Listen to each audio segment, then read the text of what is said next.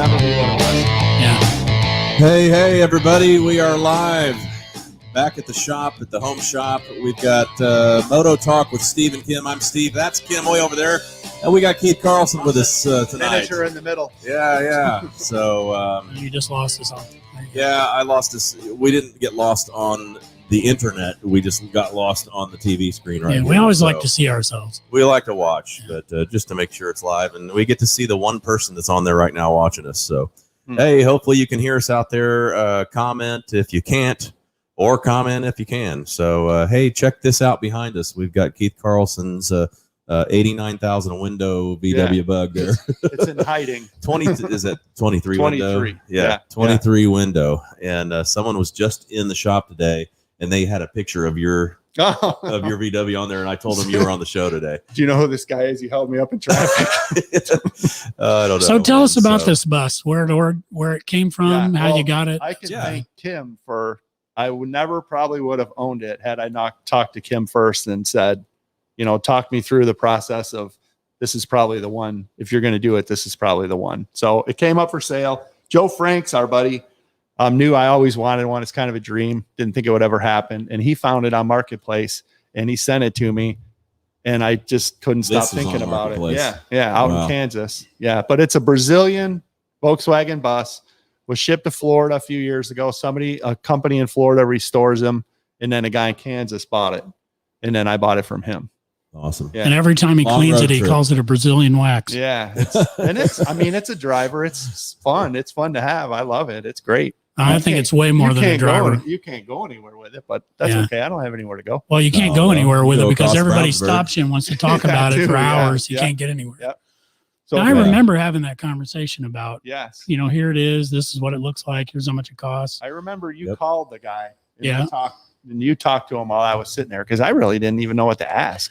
But at the end of the day, it's a tremendous bargain, and it's delivered way more than you thought it would. It's been great. I have done nothing to it but wash it. Yeah, it's been cool. Awesome. Yeah. So if you haven't seen it in person, you really need to make an effort to do that.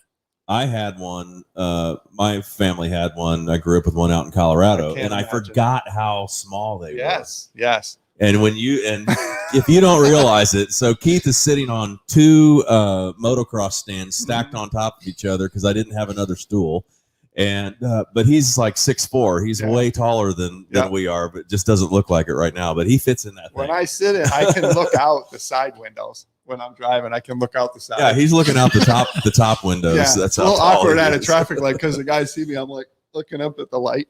Yeah, the one thing about this is it's way too nice to put any motorcycle parts in it. No, I don't do that. Yeah, I wouldn't be doing that. There's spark plugs in there now, though. So. Hey there, Rick Wilson, Ron Mahoy's out there, Dusty Pine. What's going on, John Hill? Hey, so we have you've heard us talk about Keith a little bit on the show, and if you're in our community here in the Indianapolis area, or maybe even the tri-state area, you know who Keith is and the work he's done. I'll tell you how I met him, and this was probably 10 or 11 years ago, maybe a little bit more. I had just purchased a black Honda Dream with the chrome side covers. It's a 305, and still have it. I still have it. It's right over there.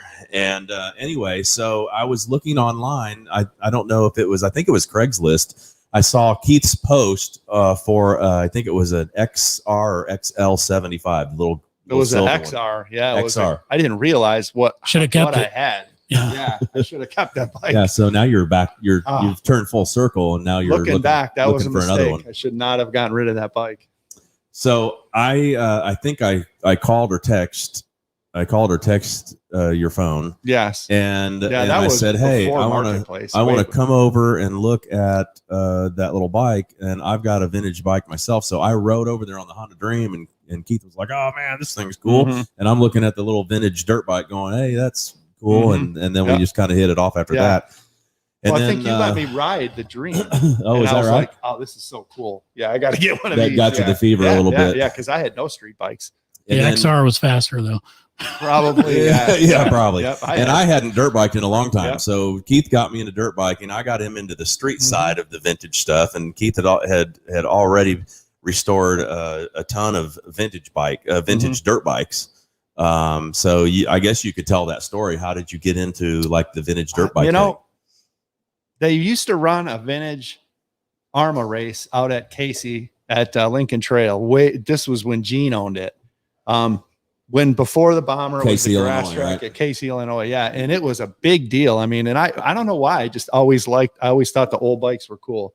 So we would go out there. I didn't have anything to ride, anything vintage, but we would go out there, and Rick Smith was racing at the time. And he was, the place was packed, and I just thought it was the coolest thing. So we would go out there and just watch. Did that for a couple of years. And then finally I got a 78 RM 400 and started racing it. And then that led to 14 other ones you end up. But you had grown up riding some bikes, right? Yeah, so you already knew how to ride. I knew how to ride I learned as a kid.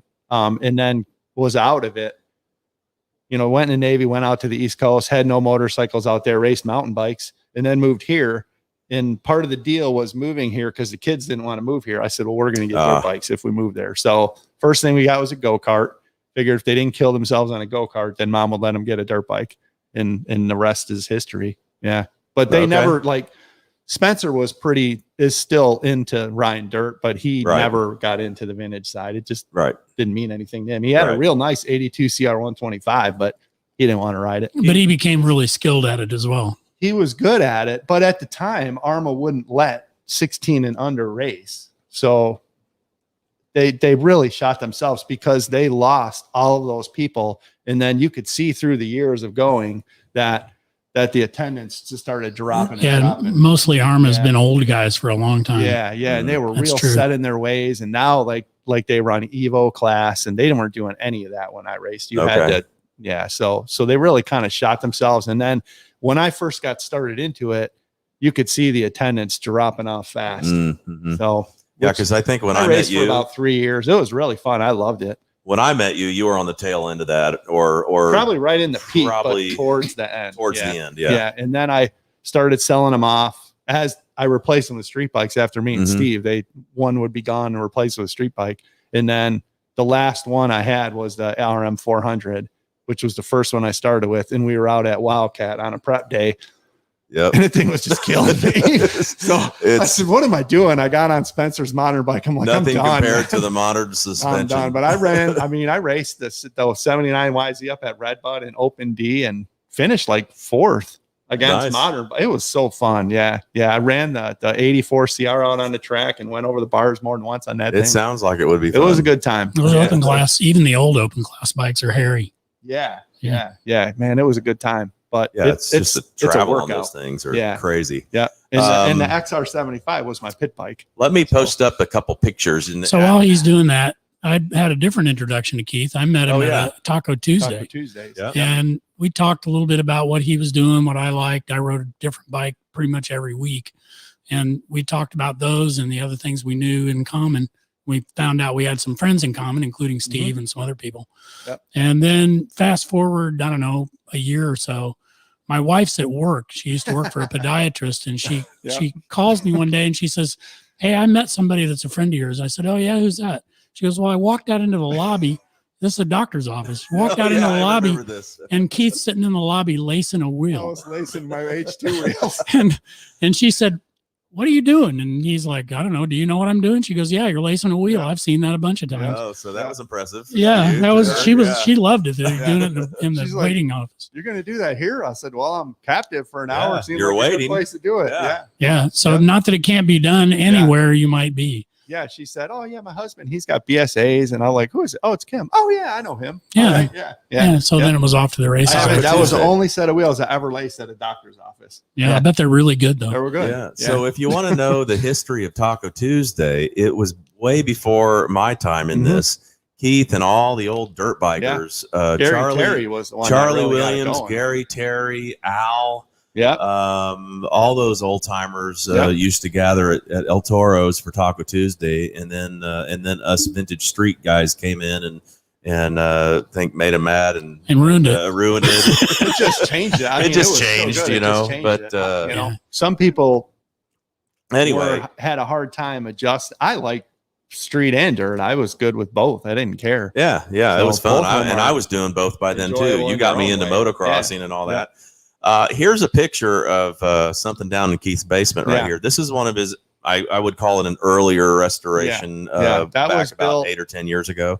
maybe not quite. And tell us what that is. It's a 78, I want to say, Z50, but it was built to race at Carnicross at the Hendricks County Fairgrounds. Specifically. In the pit bike race. Yeah. Explain Carnicross real quickly. And I built it. I've got an 81 CR80 down there also. And it was, the colors match that. And it's 78X because that was my number on the RM. So yeah, that's my son Spencer, me, Steve, and then my brother Andrew. Ron Terry's in the background. James Bisson's. That's like a who's who. That's Taco Tuesday right there. That was Hendricks County. Carnicross. And it was about 10 carnage. minutes after that picture was taken. Steve proceeds to about clean me out, knock me right off the track on that. I was trying to go by him on this little Baja 70 and just kind of do that. Man, I went flying off the berm. Flying off the berm, almost hit a pole. And that was the only time, other than riding that thing around the neighborhood to test it, that's the only time that bike's been ridden.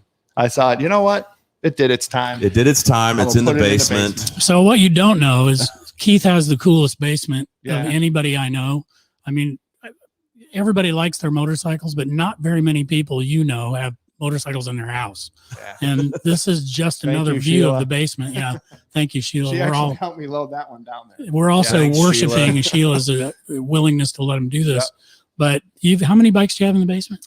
Oh my goodness. 5, about to be 6. Okay. It's the next one to go down there, right? No, that's Tony Richter's. That's right. Yeah. Okay. I don't know if I have a picture of the other one. Tony's, when I restored, that's a 78 KX 125, super rare bike. I didn't realize how rare they are. That one right there. Valuable too. Couldn't get any parts for it. Yeah. Right. There's another shot of the museum down in Keith's basement. Now. So go left to right and tell us what's in there. But after finishing Tony's, I came across the really difficult one to find, the 80 KX80, which the 79, I guess, would be the more difficult, but any of the KX80s are hard to find. And there was one popped up for sale, and a buddy went and grabbed it. And I thought, I used Tony's as inspiration to do mine because I thought his looked so cool. Yeah, that is cool. I built mine to look like his. That one's decked out with a bunch of aftermarket stuff too. If you look at this picture, the one in the far left, that's a little CR, right? Yeah, that's been down there a long time. That's probably 15 years or more. That's the first one I put down there, and that's how I met Joe Franks. I bought that bike from him, and he said, "You're not going to flip it, are you?" I said, "No." Yeah, I'm going to flip it down in my basement. Flip it into the basement. That was the first one, and it was probably down there about 3 weeks before Sheila saw it. And then she says, I see what you did. I said, looks cool. Cool. Huh? Wait a couple of years. And then the second one was the farthest to the right of the 3 in the back is a 79 RM80. The one you can't really see. Yeah, that's a 79 RM80. And then the Z50 went down. And then I kind of said, this is nuts. What am I doing? Why am I doing this? And then so probably about a 10-year gap. And then the KX80 comes up for sale. Yep. And now I'm back in the running. So I get the KX80, and then I'm like, well, now I got to get a YZ. All the brands are down there. Restore all those, and now the XR75 is in. It'll be the next one, probably the last one. That is cool. And what year is it? 75. So it'll be a gray one. It's red with silver. Oh, it's red and silver. Okay. That's the Tahitian red with the silver fender. Narrow tank. Yep. I'm going to show a couple the good generation of them. Yeah, the nice ones. A couple shots of some bikes that you have with the actual bus here. Just to give everybody an idea. That it is real. That's a what is that's a 71 A7. Yeah, A7. That one's Dean reps that I wouldn't say restored. It's a full original. Kind of went through paint the whole and everything. Nothing was chrome. Nothing. Did you take it all apart? Mechanically, full mechanical, all the way down. The entire engine was completely redone. All original. Everything was taken apart, but nothing was re-chromed or painted or anything. It's really nice, and it's super fast. There's a cool that one. Stephen Moore's RD60. Oh, that's that was right. From last year. Yeah, I think that lives in his house. He still has that one. Okay. Yeah, that belongs in the house. Yep. And then for all you Harley guys, I do Harleys too. If it looks like that one. See? I can't even remember now. My brain is gone. X90, I want to say it is. Yeah. That's cool. That's cool. Okay, so I want to at least amend something Steve said earlier. When you introduced Keith, you said if you know our group locally or you know people in the tri-state area, they might know Keith from being around us. Mm-hmm. What I would say is that there's something different about Keith that's unique to Keith and some other friends of ours, and it is his standards are so high. That's why I put him on the small stool. Right. I had to get him down to our level. For the result, his standards are so high that I'd argue he's got an international following. He's got motorcycles that live in absolutely, Japan. Absolutely. He's got Yeah, motorcycles that have been all over the place. Yep. And it isn't by accident. It's because Tasmania. they deserve to be there. Yeah. That set of standards isn't unique to Keith, but it's unique to a certain group of people who just simply won't settle for something less than exactly what it should be. And I've always admired that. Thank you. Always admired that. Yeah, I'll have to say that we all three of us teach each other stuff, but I've probably learned how to be way more organized than I've ever been just watching Keith. Because I don't know if you got that from the Navy or if you've always had that as a kid, but he works in this little tiny, it's not a tiny garage, but it's a space that is so small that I don't know how he does it. Yeah. But we've all learned a lot of stuff from Keith as far as how to do these restorations. Okay, so he does have some of a them are background spectacular. in natural organization because his day job, Well, that's true. was making sure airplanes don't crash into each other. So you got to be pretty well organized to do I that. would say so. And it's happening while you're looking at it. Yeah. It's just not something that's It's sitting more still. stressful doing a resto though. Is it really? It's more stressful when you go through all that work and you go to start it and it doesn't Oh, start. well, yeah, there's that. Yeah. But I mean, you had already rebuilt dirt bikes and engines and all that, and I looked at that and I'm like, I don't think I could ever do that. And then I finally did my first engine, and it's like, okay, maybe I can start to do this a little bit. Yeah, I mean, I know a small, narrow band of skills, but I know those skills really well. I don't like when they start talking about clearances. I don't know all that. I let those guys do that. I just know how to take an H2 apart and put it together and make it shiny.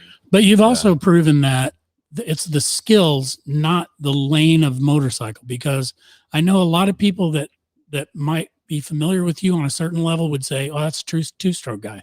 But the truth is he's not a two-stroke guy. He could build anything. It's just a matter of having the skills to know what you know how to do and know when to hand it off and then come back to your own skill set.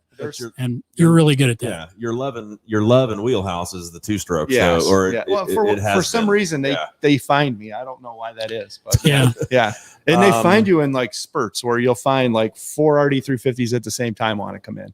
So I'm going to pop up a couple popular ones, but here in a second. But this one here, that was that was the first bike that I took to Deals got. That when Roger Swart, I was talking, you guys need to go, and that was 8-9 years ago now. That's quite a bike to take down there. That's a 500. Yeah, it's a 73 H1. Yeah. Bought from a friend of Spencer's buddy James. It was his grandpa's bike, and it lived in the garage in Zionsville. And they cried when I bought it. He actually was crying. And I Did you put the black rims on it? Yeah, because they were too far gone. It looks great. I liked it, but some people. But that's the dirt bike side of me coming out. Sure. Yeah. Here's another one with a little bit of a failed experiment. Bling. No. This was a great experiment. You can say that was a failed experiment, but that bike had several things about it that were really cool. One of them is it's a 380. Yeah. There just weren't that many of them out there doing anything. No. And this one has Cognito Moto parts. It has some unique characteristics that you just never see. It's the only, I know it's the only GT380. It's probably the only triple that runs a vape ignition. Yeah, because they stopped building them after that because people were having issues. But thanks to Brian Bissonette again for helping me out with it. I mean, the jetting, he sorted it out. It was a good bike. If you can, if you want to really see this bike, if you just get on Google and type in Keith Carlson and GT380, it'll pop up. And this thing is one of the nastiest sounding two-stroke you'll ever hear because it's got these Higgs speeds on it, and they're just it sounds like a Top Fuel car. It does sound like really a good. Staging Top Fuel car, all bark, no bite. Yeah. And it was good for here, but the failed experiment part comes from. It was built to ride on Deals Gap, and it was horrific down there. I actually loved it. Every turn, I was horrific. I loved it that week because I have a video of me passing you. I was smashing the exhaust in every turn. Just scraping every but turn. around here was good. It's like Is this the one that has the $1,000 kickstand? No, that's the silver one. Yeah, we'll the most expensive kickstand. Well, let's bring that one up. So this is probably that's probably the most famous of all. This is probably the most famous. You love it or here, hate it, and it it's is super creative. It's probably crazy bike. 70 love, 30 hate. So tell us everything about that. It's a 77 RD400 engine, all the switches, all the electronics except the ignitions of vape again or MZB. And then it's a O2 CRF 450 chassis. So the suspension CRF, it's been lowered, obviously. The whole subframe was hand built by Danny Drynan. The tank was hand built by Danny Drynan. It's a goofy shape because the shape I wanted wouldn't have had the capacity to run the distance we needed for deals. Fit right down in the center. Yeah, and it actually, frame. it's probably about a 3-gallon tank, and it's just enough where we could run from station to station in Deals Gap and not be an issue. And it's premix only. There's a little hidden compartment under the seat that holds 3 little Klotz bottles.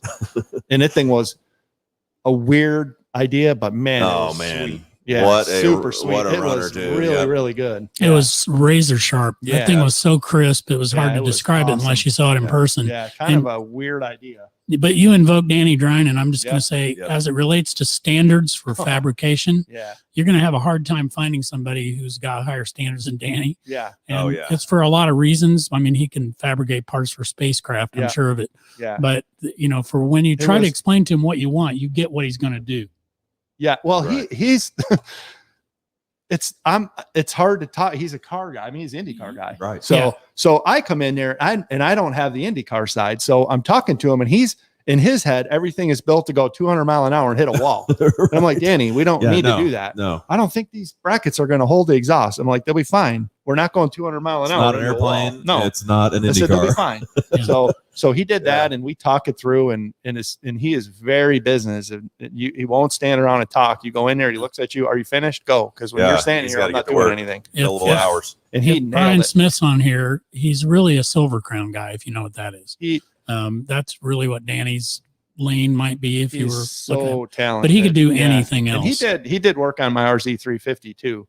And again, if you want it done perfect, he's the guy. He's not cheap, but again, if you want it done perfect, and I had 0 problems with that bike. Yeah. 0. Yeah. It seemed to work every single time. Yeah. What was great about that bike too was when we were planning a ride, we would just let Keith plan the ride because he had to plan his every gas where it was going to go. His gas station stops. And everybody would say, God, that seat looks so uncomfortable. But I thought it was probably one of the most comfortable bikes I had because it was tall. So I can't do rear sets. I'm too tall. And it it's dirt bike. So you were seated Love dirt bike. And for the long and in that picture, I think I had clip-ons because Malcolm from Tassie said, hey mate, why are you running your bars upside down? Why don't you run clip-ons? And then he showed me, he's like, the clip-ons would be in the same position. Once I realized that, I'm like, oh man, it was. And the wrist position was better. Was way better because I had for years the Rentals were upside down, and I liked it. But, they've made a funny but they bent too, weird because they were bent out. Yeah. Anyway, that was a great bike. Here's another one that you worked on a long time ago. Now, is that a Bonanza? Yeah. 180. Bonanza 180. Yeah. That's just like again, not a restore, but a very full, complete tear down, full build. Nothing chrome. It's original paint. Yeah. That would be like what, a 68, that one ended up in 69? Georgia. God, 60. I think at the time it was the oldest bike I'd ever done, like a 67. Oh, okay. Yeah. I was going to say, I remember them when I was a teenager, and they were like just crazy fast compared to a CB160. Yeah. And which one is this? That one is the one that Brian, that's the one that Brian came up and jetted yesterday. Oh, that one 75. is 74 350. Yeah. Yeah. Okay. And Dave's coming to get that. And did you guys ride the CB 500? Yeah. Okay. Not today. Good. Well, he did. Because he's coming to get it Friday. Yeah, he's coming Friday. That's fine. All right. Good. Yep. All right. Okay, so that's his. All right. Yeah. Let's see what else I can find here. I know. Here's a couple that you built. All the way up. The white one's for sale. 4 strokes for the record. The white one's for sale. Yeah. Let me get. So Randy Schwartz, you did his 74 H2 and an H1, right? Or no? I did his twin jet. That's right. Yeah, the twin I don't jet know 100 the numbers on it anymore. Yeah, the twin jet. Yeah. Thanks, Mike Davis. Okay, Anyway, so just to prove Davis. that no matter how much skill you might have, tell the story about starting the 550. That one started as I bought it to flip it because it was a pretty nice original bike, but it's a 78. Yeah. Even though the number that has nothing to do with why the number's on there, but it just didn't seem to have any collectible value. It was a little too new. So Steve and I talked about, let's do a build off. And he said, okay, because you had a CB500 you were going to do.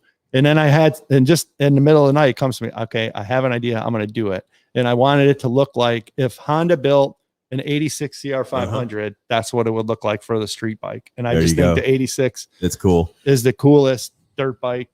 That era with the gold rims and the blue seat and the flash red. And we ended up Yeah. not having a biker build off because we didn't build our Never bike. built Well, no, we started Well, we to, and started, then we gave and, away the engine to a customer. Yeah, yeah. That's Well, what we did. in pieces shop and parts. first. Yeah, that Yeah, thing is scattered all Okay, over. so I need to all be over more the house. specific about my request. I'm not talking about building the motorcycle. Okay. I'm talking about starting the Oh. motorcycle. Uh-oh. Yeah. So, everybody gets a certain level of skill and you get pretty cocky sometimes. Yeah, But once in a while, you get reminded that you don't know every damn no, thing. no. So tell that So story.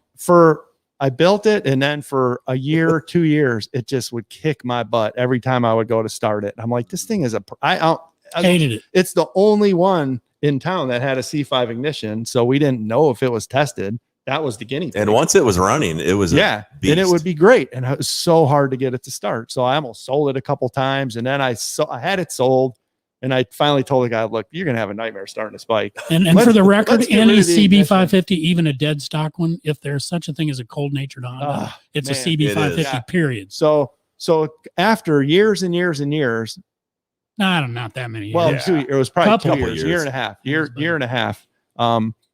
We come to realize that I just wasn't pulling the choke out all the way. The choke needed Yeah. to pull up just a I little think bit more. Brian, It this and that was perfect. over in the garage, and I was so frustrated with it. And now we're sitting there cranking on it, and he's cranking on it, and I just pull the choke that one little click further, Boom. and it fires. I'm like, whoa. And you got to hold it. Yeah. Yeah. You and I talked about it at some Yeah. point. I was telling you, I thought And the I'm cable like- might be short or I'm like, something. of course, the pulling the choke. What are you talking about? Guess who that is riding it right now on the Dragon? That's Steve me. shredding it. He goes, I'll shred that thing. I will shred that Yeah. thing. And then you're on the Well, wacky RZ, yeah. which I didn't even get a picture of. You so were saying the whole time, you're like, you got to rev it out more, man. You got to rev it out more.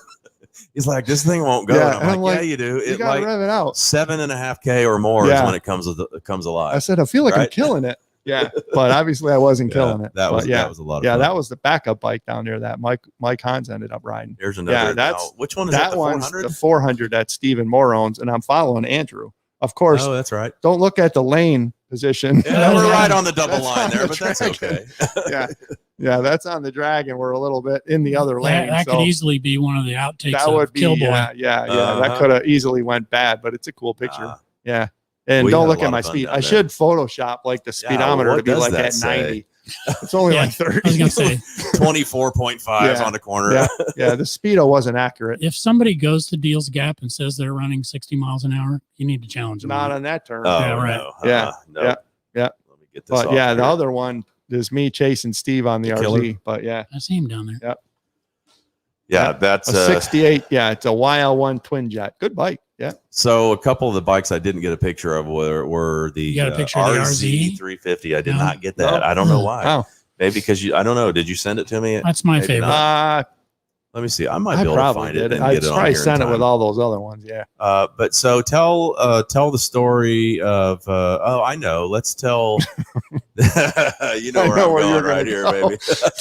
So Keith and I Let's have just- this saying all the time. Oh, like the Bobby. when he's going to get a bike or something, or I'm Yeah. going to find a bike flip or whatever, and you get back and you tell each other, you call your friend up and you tell him a story, and so we tell each other, was he a Bobby, or was this kid a Bobby or what? And so there's a Bobby story. So Yeah. start. That was Tell the Bobby story. probably before I even had There's dirt another bikes. story. Yeah. The statute of limitations is probably good on that other one now because the guy might be listening and be like, that was you. This is the guy in Mars Hill I or don't something. know. Yeah. Yeah, Yeah. so So we Bobby- roll up because Steve Yeah. was looking at a YZ this guy had. And I mean, it was We were on our It way was back clapped from the From bike expo or night. something, or we were bike coming night. or back from something. bike night. Yeah. We were in it. We had a trailer though, Mhm. Yep. A truck Yeah, and 'cause trailer. I and we had some old bikes in it to show One of off my at like the- CRs in there because I didn't Yeah. have any street bikes. Yeah, which nobody at steering cares about the dirt bike.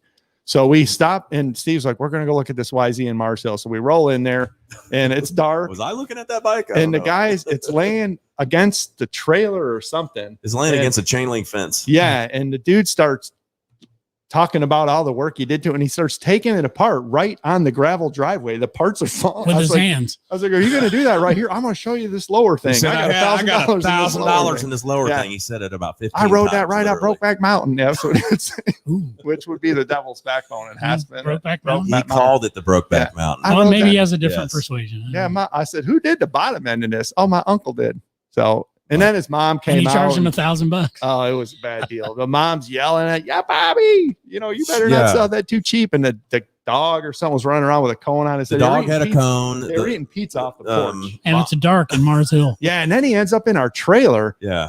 and he's sitting on all the bikes and can I start these in here? I'm like, no, man, we got to get this hillbilly Oh, my out of the goodness. trailer.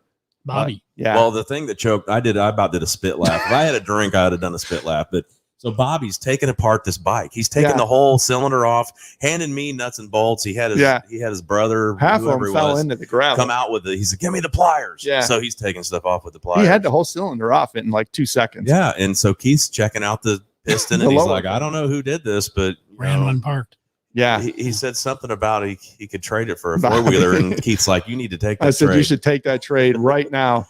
He said something. Well, make me an offer. I'm He like, said, I don't know, make you an 50 offer. bucks. You better not take That's 50 bucks. where for I that, got Bobby. about the spit lap. Is he offered him $50, And then he and said, his mom went off on him. I said, I I'm wonder not if she didn't saying, have a pistol. I said, I'm not saying I'll give you 50. That would be my offer. I don't even want it. No, he Yeah. wouldn't have Yeah. done it. Yep. Okay, so as an outsider looking in, I learned something about this story, that now every person that these two guys encounter is somewhere in the Bobby hierarchy. You're either Robert Bobby Bobby. on the low end of Mhm. like this guy taking it apart in a gravel driveway, or you can be a Robert, Yes. or you can be a Robert, Robert Senior. Kim is a Robert Senior. And there's another Yeah. one. I can't What is remember. it? There's another one higher than that. Is there? Oh, I don't Bob. know. No, yeah, it's a Bob, Yeah. Bob, Bobby, Robert, yeah. then Robert Senior. It's one of those though. Now when Steve will say he was a Bobby, I know exactly what he's Yeah, I talking mean, about. it's just like now it's just Yeah. one of those things. But when the mom said, "Oh no, you don't. You Oh, ain't no, you selling that for don't. $50," that thing can go right back She in the was garage exactly and rot. like the probably her women- money. Who's the actress on Throw Mama from the Train? That's what it was Yes. like. Yeah, Mm. you better not sell that. Oh bike. yeah, Yeah. She had a mustache, It was Yeah, her that was- money. Oh man, it was Sure of it. couple teeth. it was a bad deal. Yeah, but Yeah. we didn't buy Anyway, the YZ. Yeah, But we maybe Bobby's out there. I don't Yeah, know. he might No, be Spencer, listening. we aren't talking about Spider-Man, Spider-Boy. the Different spider store. So Steve No. goes to look at a bike in Greenwood, a CB750, and this guy comes out and he's got a spider tattoo on his face. He's in a trailer. And Steve is Trailer riding park. this thing up and down the road and he hits the front brake. Well, the front brake sticks and he goes to leave. I'm standing there with Spencer and this dude's spider who's probably going to, probably killed He had somebody a at some big point. Yeah. spider, And, spider and web. Steve tat ends on up his neck. dumping the bike right in the intersection in front of us, and the turn signal goes flying off. And I said, I think you just crashed your bike. And the guy's like, oh man, not now. So that they run out. Steve's out there hobbling around the road because it's Oh, I jacked my ankle up. And so the dude runs into the trailer park, comes out with a hatchet, and starts to beat the caliper on the front of it with his hatchet. He goes, to "This free it up." happens all the time." Yeah, it And happens he's all the just time. whacking He's that hitting thing. it with the hatchet. Yeah, that's the spider story. I'm just glad I He didn't forgot hit it. you with that. the No. hatchet on me. But yeah. when he came running out with the hatchet, I'm like, time to go. Yeah, that's Yeah. got to be it. Yep. Well, You- I mean, you I ended was up pretty. bringing them the turn signal though. I so Yeah, sorry about your I bike, said man. sorry. We got the bike back over Mhm. there, and I said I'm going to bring you a turn signal. And the next time I came Yep. back down through to go to Whiteland, I brought a turn signal Yep. with me. I went knocking on the door. Now he had. What was weird is he came out one door that day, but then that door was like wooded up, and, Nailed shut. and I had to get it. I had to. Kind of hatcheted I through had to it. get to him from the other door. Yeah. It was a little sketchy, but It was he from came when out. the DEA came through with the door basher. He could took it not You believe. just wonder where are they now? He you could know? not believe I brought him turn Yeah. signal. We brought Yeah. him. He's in the Volkswagen. Yeah, here he is. Yep, spider. Oh man! Come on in. All right. Yeah. Oh well, we got other stories It's to funny tell, that but Spencer remembered For next spider. week. gosh, why Yeah. did Spencer have to get on here Mhm. tonight? Thanks, Yeah. Spencer. Anyway, hey, we're gonna get out of here. Do we have a tip for the day? What do we? Mm. Did you think of one? What do you think? Don't lose your Motorcycle. 10 mil socket. I don't know. And Yeah. buy more than one 10 mil socket. Is Buy that what more it is? than one Okay. 10 mil Yeah, socket. you Yeah, need that's a more good than one 10 Yeah. mil socket. Keep Good the rubber advice. side down. And having one of those floor magnet things would be good because Kim lost the circlip today. Yeah, but I found another one. You Yeah. did It find was it. in Clayton's pocket. That's because he lost it from another Yeah. bike, right? Okay. Hey, thanks guys for tuning in. We're gonna have someone else on next week. Who we having? I think we have Skylar Blades. Skylar Yeah, the guy with the Blade. coolest name on earth. Skylar If Blade. he shows shut and come Skylar's watching this, Oh man, you'll enjoy it. it's gonna be interesting. We'll see y'all later. Take care. Bye bye.